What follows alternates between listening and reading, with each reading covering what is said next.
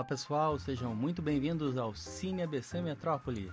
Esse cantinho onde a cidade tenta falar com o cinema e o cinema tenta devolver a cidade em 2 horas, mas de preferência com alguma cicatriz que prove que a gente ainda está vivo.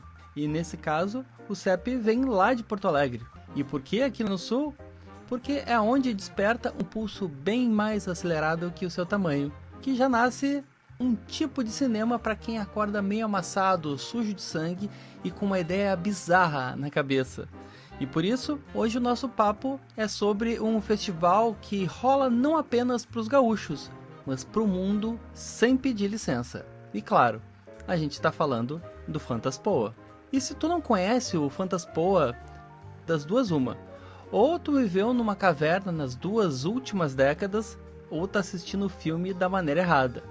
Ele simplesmente é o maior festival de cinema fantástico da América Latina, um reduto de resistência, onde o horror, o sci-fi e o bizarro não são apenas meros gêneros, mas formas de encarar o mundo sem um filtro de proteção do cinema de shopping. E nessa 22ª edição, a gente dá um break para entender como esse monstro cresceu tanto a ponto de dominar a timeline e o imaginário do cinema de gênero. E é por isso que agora tu confere 2 dos mentores dessa grande maluquice, que são os meus xarás, o João Fleck e o João Pedro Teixeira. Então, bora preparar o estômago e o coração, porque a conversa de hoje não tem figurino limpo, nem roteirinho comportado. E como essa é uma edição mais do que especial, sem mais delongas, vamos abrir essa tela. Confere aí. Tão pertinho, temos o mesmo nome. Não tem isso. Os 3, né? Os 3, exato. Encontro de João Pedro.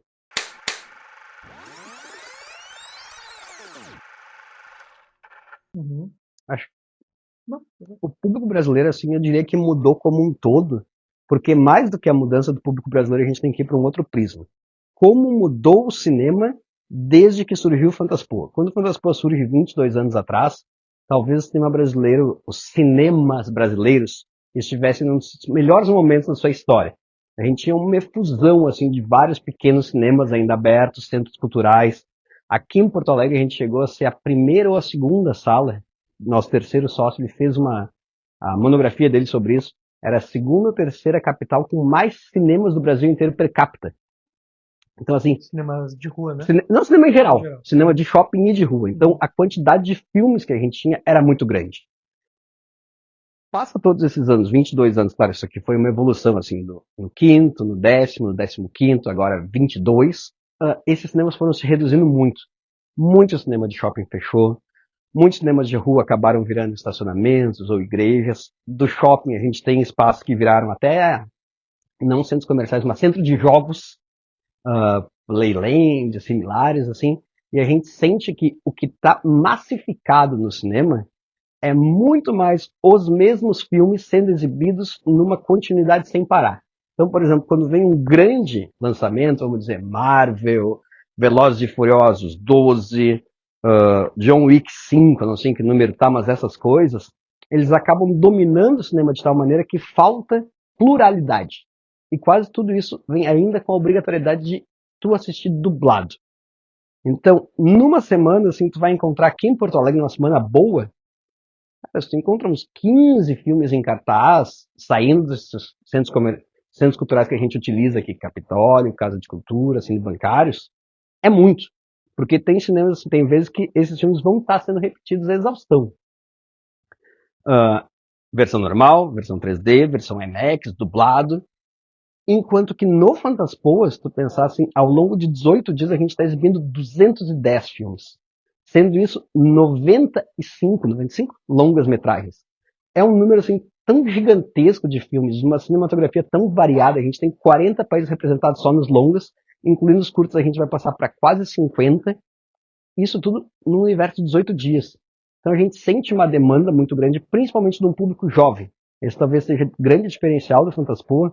A gente tem uma demanda do pessoal de entre 16 e 25 anos que é incrível. Porque eles nunca tiveram a chance de assistir esses filmes numa sala grande. Sim. Como tu disse, é uma geração que cresceu com essa marvelização das salas de cinema, né? Que é aquela coisa que é tudo muito mais do mesmo, né? Embora eu ache que nos últimos anos começou a mudar bastante isso, né? A gente vê mais filme tradicional de adulto sendo feito e sendo exibido por volta dos blockbusters. Mas, ao mesmo tempo, considerando todo esse contexto, tem muito do que tu pergunta, assim, que o Fantástico ele tá mais no mainstream, né? A gente vê muito pelas grandes bilheterias atuais, os vencedores de Oscar, né? Olha que foi o Pecadores, né? Foi um grande fenômeno do ano Uma passado. batalha após a outra. Uma batalha após a outra também. Because they're not needed. What time is it? Fuck. You know, I don't remember that part. All right, Também tem muito de Fantástico. Alguns anos atrás, o Tudo ao Mesmo Lugar, ao Mesmo Tempo, é isso, né? Tudo em todo lugar ao mesmo tempo. Isso, exato. Que foi o grande vencedor do Oscar.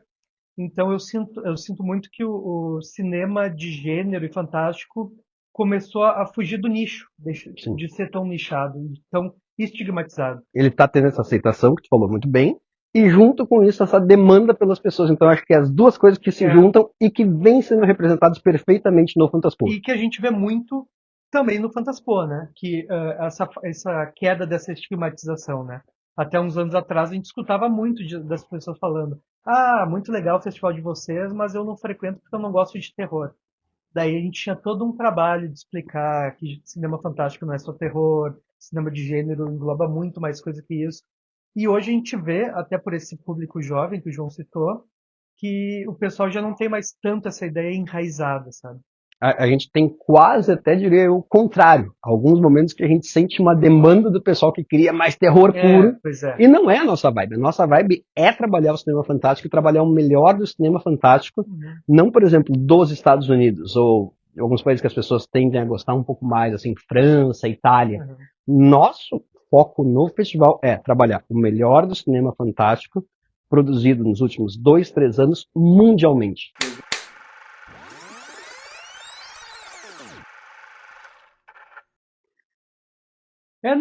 Esse é o nosso principal trabalho, eu diria que é o de curadoria, né? O que a gente passa meses fazendo, a gente até no outro dia fez as contas, 9 meses de curadoria que a gente faz. A gente recebeu 1.500 filmes inscritos para a edição desse ano, do quais a gente selecionou 210 entre curtas e longas. E aí, até relacionando, linkando com a tua pergunta anterior, a gente, nesse momento de massificação dos gostos, do que o pessoal consome, a gente se preocupa muito com procurar achar uma pluralidade cinematográfica, de ter estéticas diferentes, pensamentos diferentes.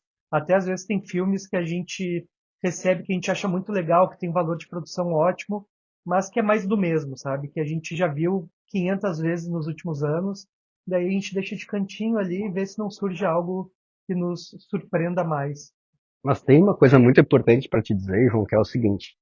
Um festival assim do porte do nosso, sabe? Esquecendo questão financeira, a gente trabalha com orçamento... A gente é muito grato aos nossos patrocinadores, que a gente sempre fala, que são Crown Embalagens e Banrisul, e a nossa realização que é feita junto com o Ministério da Cultura, com o Instituto Ling, além de nós, que é a Fantaspoa Produções. Mas assim, apesar da gente trabalhar com um orçamento muito pequeno, a gente meio que ignora isso, mas a gente tem um material muito vasto, sabe? O que acontece quando um festival está como a gente? E a gente conhece vários festivais que são bem menores que os nossos e já fazem isso. Nada de inteligência artificial, espero eu que nenhum festival esteja utilizando para fazer curadoria, mas eles têm um trabalho muitas vezes que se chama de pre-screeners. Pre-screeners é um pessoal assim, a galera muitas vezes um pouco mais jovem, e que eventualmente até eles são pagos por esse serviço, e cada um vai receber assim 150 filmes, ao invés dos 1.500 que a gente recebe. Cada um deles vai receber 150 e vai dizer para eles quais são os 30 mais melhores, quais são os 30 que os efetivos curadores e programadores do festival devem assistir. E aí vamos dizer que isso seja feito aqui num grupo de 10, tá? Esses 10 vão ver 1.500 e vão já passar para eles os 300, e em cima desses 300 esse grupo vai selecionar 100, 150. Isso é muito comum. Só que o que acontece com isso? Pode ter um azar muito grande que um desses aí recebeu os 150 melhores filmes. E ele só vai para escolhendo 30. Enquanto que o outro pode ter recebido os 150 piores filmes do festival. E ele só vai para escolhendo 30. Enquanto que 120 daqueles lá nunca vão ser assistidos. E provavelmente 120 desses daqui nunca vão ser assistidos por uma segunda ou terceira pessoa. Nós não, é uma coisa meio... As pessoas dizem até psicótica, psicopata. Não sei qual seria a palavra correta. Insensata, talvez. Maníaca. Assim, uma maníaca. Fiquemos com um maníaco que é mais saudável, se dentro do possível. a gente assiste tudo só nós. Então a gente não tem uma equipe por trás. A equipe por trás somos nós três. Então nisso, no momento que a gente assiste os 1.500, a gente pode te dizer para cada um dos longas que está passando por que a gente está passando esse filme. Que é uma coisa que praticamente nenhum festival no mundo vai te dizer. E a gente não só assiste, né? A gente assiste, a gente anota tudo, a gente bate boca, a gente briga porque um gosta mais de outro, enfim. Tem todo um trabalho Inclusive, até chegar nos consensos. essa né? parte, assim, é uma parte muito boa, porque quando chega para nós, que as pessoas talvez não aguentariam, quando a gente chega, assim, faltando uns 20, a gente começa a ficar argumentando e criando argumentos que muitas vezes a gente não utilizaria, mas que a gente quer entender para si mesmo por que a gente está querendo passar esse filme, sabe? Que a gente já daqui a pouco, o país não gosta tanto, só que a gente sabe que esse é controverso, é de um país que a gente não tem, e a gente consegue entender o quanto esse filme vai atrair o público. Então, para nós é importante isso. Às vezes é um trabalho doloroso também, né? Porque a gente tem que fazer escolhas de sofia, assim, né? Tem que sacrificar alguns filmes que a gente adora, porque, infelizmente, o espaço é limitado, né? E uma coisa muito importante, né? A gente busca, assim, nós somos um festival muito que as pessoas falam que vêm para cá. Familiar, convivial, amigável, mas a gente é muito profissional. Então, se alguém que fez um filme que veio para cá antes, que veio 1, 2, 3 vezes, faz um filme novo e a gente não curte o filme, seja pelo motivo que for, ou acha que não se inclui bem nessa edição, a gente simplesmente não seleciona. O que é doloroso também. Porque a gente acaba, muitas vezes, virando amigo dessas pessoas. E muitos festivais acabam não tendo isso. Tipo assim, tu passou o teu filme aqui, quando tu fizer teu próximo filme, não vou dizer um passe livre, mas tem uma facilidade muito grande. E a gente não, a gente faz questão de assistir cada filme como se fosse o primeiro filme da pessoa, porque para nós o que importa fazendo o festival é a obra fílmica. E a experiência do público, né? Pro público não importa se a pessoa não estão nem aí. já exibiu. Pro público o que importa é quando entrar na sala de cinema, vai ver uma obra que vai mexer com ela, que vai ser interessante, enfim.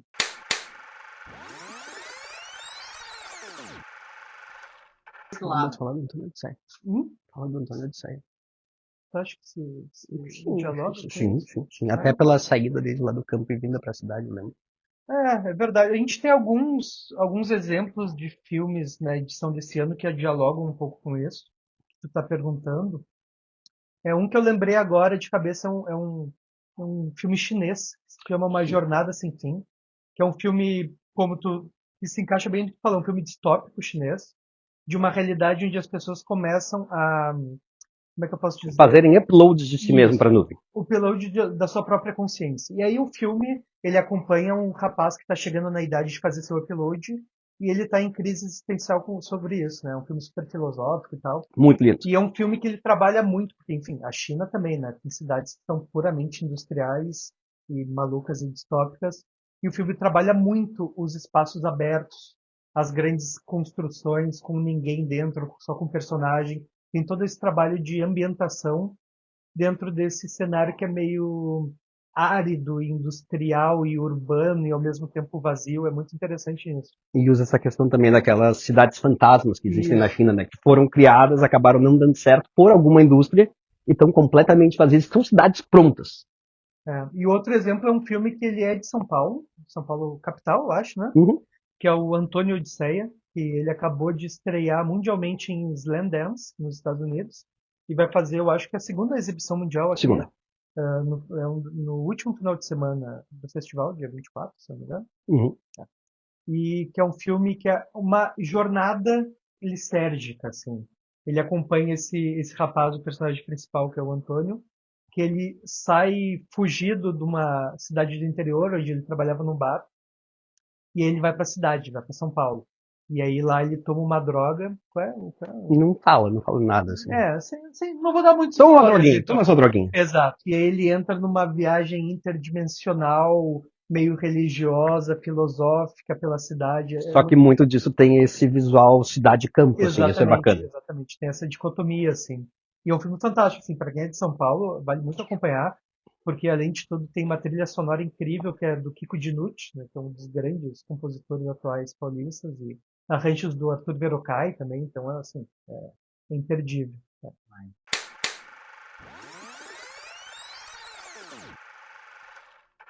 No universo real, falando assim, como produtores culturais há 22 anos, não façam. não é uma coisa minimamente sadia. As pessoas pensam Requer assim, muita resiliência. como vocês têm 22 anos, tá tudo bem, vocês estão preparados para ver. A gente, assim, nós somos um dos poucos festivais num porte como o nosso, no Brasil, que ele não é conectado a nenhum órgão. Ele não faz parte do calendário da cidade, ele não faz parte do calendário do estado. Ele não faz parte do governo federal. Nós somos um festival independente. O que significa um festival independente? A gente tem, sim, essa correlação com o Ministério da Cultura, através da Lei Rouanet. Nós temos apoiadores, que é a Crown e o Banrisul, maravilhoso. Mas o festival é nosso. Nós somos uma pessoa jurídica. Então, a cada ano a gente tem que aprovar projeto, captar recursos, depois de captar os recursos, conseguir liberar esses recursos, que são etapas muito complicadas, aplicar esse recurso de acordo com toda essa parte técnica e, a partir disso, depois prestar conta do uso desse recurso. Então, assim, primeiro que para chegar num ponto mais ou menos como que a gente chega hoje em dia, é uns 10 anos. Assim, a gente trabalhou 7 anos sem patrocínio nenhum, pondo do próprio bolso. Então, a pessoa já tem que, ter capacidade de colocar, e 2, estar disposta a dedicar o seu tempo sem estar ganhando nada. Eu não falo isso assim como não faça o seu festival, mas esteja preparado para a dificuldade que é, porque se tu puder fazer 1 ou 2 edições, tu não vai conseguir. Tem muito festival pequeno assim que tenta, e alguns festivais assim, até relativamente, que se tornaram conhecidos durante um tempo, sabe, no Rio, ou São Paulo, ou alguns aqui por Santa Catarina, de gênero ou não de gênero, mas que tentaram e que eles não tinham perna para isso, sabe? Porque tu tem que saber que tu vai ter que se manter durante um bom tempo sozinho. E além disso, é a questão do trabalho e a questão de tu conseguir consolidar teu nome até tu ter filmes que vão chamar mais filmes. Então, assim, para nós, assim, é tempo, acima de tudo. É raríssimo, assim, um festival que dure 22 anos sem ter nenhuma pausa, nenhuma interrupção. Até festivais maiores que o Fantaspoa, de orçamento milionário, já tiveram anos sem existir, né? Não, lembrando disso, uma coisa que é fantástica que a gente conseguiu fazer, a edição do Fantaspoa, ela estava de 2020, na pandemia, ela estava programada para acontecer 2 meses depois do início da pandemia. E a gente já estava com todas as inscrições realizadas, que é uma coisa que toma muito tempo, e a curadoria super avançada. Nós fomos, isso não é nenhum exagero, pode ser pesquisado, nós fomos o primeiro festival do Brasil que se converteu a um festival online através de uma tecnologia que a gente criou com um parceiro, que é a Darkflix, e nenhum outro festival naquele momento tinha feito isso. A gente conseguiu manter toda a essência do Fantaspoa no meio online, com festas, com palestras, e levando aquele ano, passando nosso público, que em sala era de aproximadamente 9 mil, para 300 mil, enquanto os outros eventos deixaram de fazer. Sim. Mas voltando à pergunta, façam sim seus festivais, porque a sociedade precisa de mais cultura.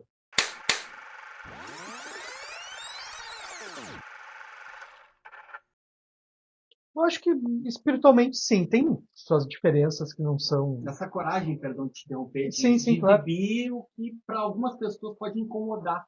Não, nesse sentido com certeza. Até às vezes a gente exibe coisas que nos incomodam também. Com certeza. Muitas coisas que nos incomodam, mas que a gente sabe que tem público, né? Isso aí, voltando até a questão da curadoria, a gente faz a curadoria, óbvio, não tem como tirar o indivíduo, né? Não tem como tirar a nossa subjetividade, mas a gente faz muito da curadoria pensando também no nosso público. A gente sabe que a gente tem um público que gosta do terror, um público que gosta do extremo, um público que odeia tudo isso, e que é fantasia, que é ficção científica, comédia. Então a gente tem que considerar tudo isso. Eu acho que, assim, talvez um dos pontos principais do diferencial da nossa curadoria, né, é que a gente consegue mesclar essa questão do nosso gosto pessoal, que é bem vasto e é bem variado entre nós também, mas apesar do nosso gosto, tipo assim, se eu for ver um filme no final de semana, certamente eu não vou ver um filme de terror, não é só porque eu não gosto, não é que eu não goste, mas é que a gente tem um apreço muito variado. Por exemplo, os últimos filmes que a gente viu no cinema, os poucos que a gente conseguiu ver, foram sempre drama. Eu sou um cara que gosta muito de ver filme de romance. Quando eu fiz cinema, eu trabalhei com a história de cinema musical. Então, assim, eu sempre faço questão de frisar assim, que horror não necessariamente é a nossa praia, mas a gente entende a demanda de público, a gente entende o apelo que um evento como o nosso tem, e a gente consegue, assim, unir talvez um dos grandes diferenciais do Fantaspoa, é que a gente pensa no festival todo o lado artístico, todo o lado que tu falou, a questão da boca do lixo, a questão de ser transgressor, e a gente é transgressor em muito que a gente exibe. Nós tivemos a única exibição permitida do Brasil, uma semana antes de ser proibido, a Serbian Film. E a gente tem, neste ano, passado 12 anos, o segundo filme do mesmo roteirista da Serbian Film, que é o filme de estreia dele na direção, que se chama Karmadona. Então, assim, para nós é muito legal que a gente cria essas conexões, mas a gente pega isso, assim, que é totalmente transgressor, e a gente dá um jeito de exibir. E a gente, por exemplo, já teve algumas outras conflitos em alguns momentos, por exemplo, Canibal Holocausto, é um filme que a gente passou no festival, o filme que mais passou no festival na história. A gente passou um total de 4 vezes o Canibal Holocausto. Pela presença do diretor, né? Uma vez foi prévio, outras 3 vezes porque o diretor estava aqui, porque é um público que tem muita demanda. E ali a gente teve muito conflito, assim, com relação pessoal, e a gente sempre busca entender também a questão de como era o mundo quando esse filme foi feito, sabe? Não é exatamente igual a como é o mundo hoje. Provavelmente um filme como Canibal Holocausto não seria feito hoje. Mas, ao mesmo tempo, a gente não pode ignorar a obra com a realidade, principalmente, que ele fez, porque tem muito do filme que é uma mescla de documentário. Inclusive, a gente chegou até a fazer o próprio documentário sobre a vida do Ruggero Deodato. Então, assim, tem muitas questões que a gente incorpora desse universo da boca do lixo, eu acho, assim, muito mais na nossa vida, do fazer independente, do não desistir, do a gente tá no ano horrível, não conseguiu patrocínio, a gente vai e faz o festival mesmo assim. Esse ano do Lloyd Kaufman talvez esteja lembrando do Frank Henenlotter, que os dois tiveram no mesmo ano, e o Stuart Gordon teve no ano anterior ou 2 anos antes. Mas os 3 passaram aqui pelo Fantaspo. Pelo jeito. Eu imagino que sim, pelo que tu está comentando. Tudo indica que sim. Mas sim, eu acho que talvez essa aí seja uma questão importante. Tu pega um filme que foi feito e que tinha essa questão super transgressora, o que era transgressor na Nova York dos anos 80, não é necessariamente na Nova York de 2025. Esquecendo o cinema. Nova York dos anos 80, as ruas, cara, é uma coisa muito mais perigosa que sei lá qual é o lugar mais perigoso em questão de rua, sabe? Questão de tu estar andando numa rua de uma cidade grande do mundo. E aquilo era representado nos filmes, então a importância e o impacto que isso tinha na obra do que era realizado naquele momento era muito forte. Legal. Primeiro, agradecer muito, né, por tu ter vindo, tá dando toda essa força pro festival, prestigiando. Agradecer muito o interesse, né, de vocês também, que vieram de outro estado para prestigiar nosso pequeno evento, né. E, enfim, a gente está sempre à disposição também, se quiserem nos chamar para o podcast, se quiserem nos levar para fazer o Fantaspo ABC, a gente pode negociar também, né? É o que a gente recebe muito, principalmente no Twitter. Como é que São Paulo não tem um Fantaspo? Traga um Fantaspo para cá. A gente adoraria. A gente não tem verba, mas tudo se arranja na vida. Então, muito obrigado. Mas nisso a gente quer convidar o pessoal a acompanhar nossa programação. E não dá para esquecer que a partir do dia, isso vai no dia 18 de abril, no dia 18 de abril começa a nossa programação online, que é no mesmo parceiro que a gente tem desde lá da pandemia, que a gente continua seguindo, que é darkflixplus.com.br, o pessoal pode baixar o aplicativo, vai estar podendo acessar gratuitamente um total de 75 curtas da programação do Fantaspoa, que vão estar online por 10 dias, que um diferencial assim desse Fantaspo online é a pessoa pode acessar a qualquer hora. Então o pessoal assim às vezes está no intervalo do trabalho, está lá no seu horário de almoço. Pode ver um curtinha, porque tem curtinhas que são muito curtas. Os curtas variam de 2 até 25 minutos, então qualquer horário é um horário para tu ver o curta. Acompanha a nossa programação e como o João falou, podemos participar do podcast qualquer hora, vai ser um prazer. Recadinho. Cine ABC Metrópole. Acompanhe a gente em www.fantaspo.com. Quem tiver interesse, por favor, venha ao Fantaspo em anos futuros. Estamos já com 22 anos e a cada ano o festival só cresce. Mais convidados, filmes mais diferentes. Então estejam com a gente e acompanhem a programação online em darkflixplus.com.br a partir do dia 18 de abril. Muito obrigado. Obrigado. E aí, curtiu? No fim, o Fantaspoa entrega exatamente o que o cinema de estúdio morre de medo de fazer. Ele te confronta, ele te suja e não te dá lugar confortável para sentar. Fleck e Teixeira provam que o fantástico não é apenas escapismo, é a gramática para entender sobre as nossas próprias feridas. E agora eu quero saber de você. quando é que tu vai aceitar que o bizarro pode cruzar na rua contigo? Ou tu vai continuar fingindo que o fantástico não faz parte do asfalto nosso de cada dia? A curadoria de guerrilha nas ruas é bruta e não espera o sinal fechar para te confrontar com o visceral. Então comenta o que tu achou lá no nosso portal. E segue o Cine ABC Metrópole, onde o bizarro fura o sinal vermelho e vira frequência cardíaca. Pode ser no YouTube, no Spotify, no Apple Podcasts ou no Amazon Music. A cidade segue uma curadoria de acidentes e o cinema continua sendo o bizarro que a gente escolhe para nos confrontar. E o festival? Bom, o festival de cinema segue sendo a nossa única saída de emergência necessária para seguir em frente sem que nós sejamos pegos pelo monstro, seja ele qual for. E eu continuo aqui.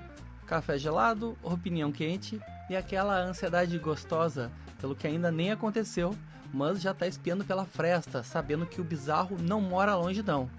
Ele tá só esperando a luz se apagar para provar que a normalidade é a maior mentira que a cidade já inventou. Então é o bizarro virando pulso de metrópole em fade out da escuridão, atiçando o grito do monstro que uiva virado para a lua. E até a próxima.